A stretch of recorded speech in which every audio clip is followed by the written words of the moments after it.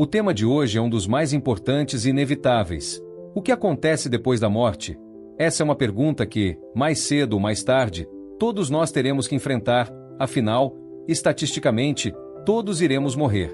A grande questão é: o que nos espera quando abrirmos os olhos do outro lado? A Bíblia nos mostra que a morte não é o fim, mas sim uma passagem. Para entendermos isso, precisamos começar pela revelação divina. Nenhum homem que morreu voltou para nos contar o que viu. Lázaro, por exemplo, ressuscitou, mas não temos registro de nenhum relato seu sobre o além. Jesus ressuscitou pessoas, os apóstolos também, mas nenhum deles revelou o que experimentaram.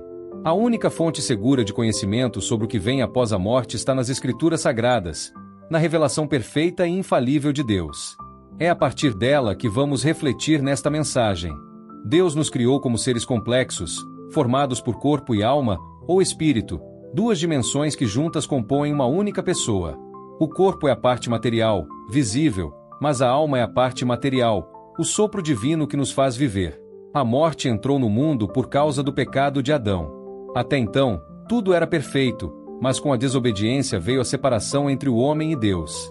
Pense na morte como separação. A morte física é a separação entre o corpo e a alma.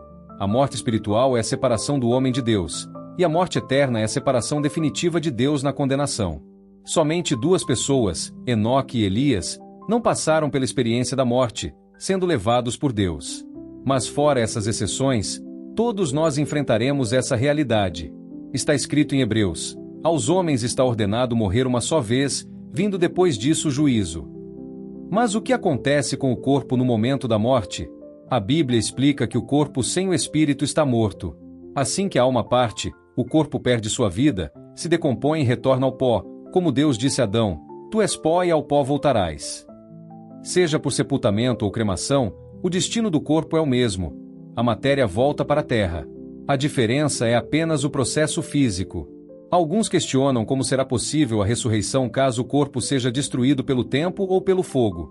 Mas lembre-se, o Deus que do nada criou todas as coisas é o mesmo que restaurará cada detalhe de nosso corpo no dia da ressurreição. Por isso, não há impossibilidade diante dele. Ainda que os corpos se desfaçam em pó, o poder de Deus os ressuscitará em glória. Essa é a nossa esperança, que a morte não é o fim, mas apenas uma semente lançada, aguardando florescer em um corpo incorruptível. E quanto à alma? Diferente do corpo, a alma não morre. Ela é imortal porque procede do sopro de Deus.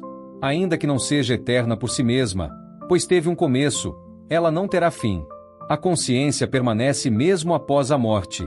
Isso derruba duas ideias equivocadas: a do sono da alma, que defende que após a morte a alma entra em um estado de inconsciência até a ressurreição, e a do aniquilacionismo, que diz que a alma dos ímpios deixará de existir.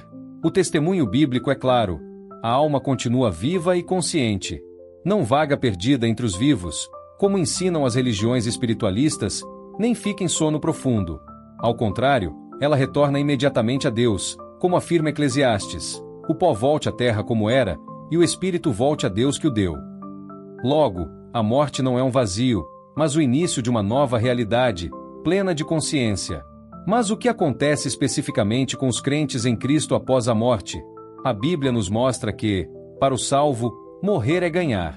O apóstolo Paulo declarou: tenho desejo de partir e estar com Cristo, o que é incomparavelmente melhor. Quando um cristão morre, sua alma vai imediatamente à presença de Deus. Não há espera, não há sono, mas sim uma entrada triunfal. O crente liberto de toda a mancha do pecado e sua santificação, que começou aqui, é completada no instante da morte. Ele é recebido na glória, junto com todos os santos que já partiram.